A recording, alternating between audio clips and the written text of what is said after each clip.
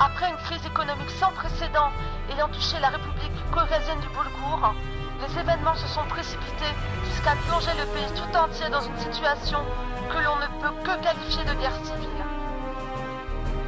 Après une révolution démocratique manquée, suivie par un coup d'État des ultranationalistes du Nord Boulgour, dirigé par le général Igor Tokarev, les instances dirigeantes se sont effondrées dans le nord du pays, laissant place au chaos et à l'insécurité généralisée.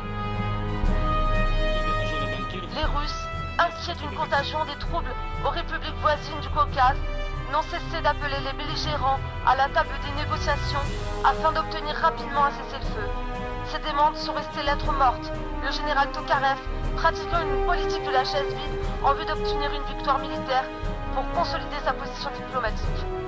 Au sud, la Turquie, proche alliée des USA et de l'OTAN, a quant à elle demandé l'envoi d'une force de stabilisation afin d'assurer un corridor humanitaire pour les réfugiés qui fuient en masse des combats du Nord et viennent presser sur sa frontière.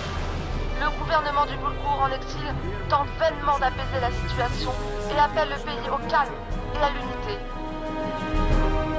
Après d'âpres négociations au siège des Nations Unies, la Russie a finalement décidé de lever son veto sur l'envoi des troupes de l'OTAN dans le cadre d'un mandat international, ce afin de protéger les populations civiles et d'assurer une aide humanitaire aux milliers de réfugiés installés dans les plaines du Sud.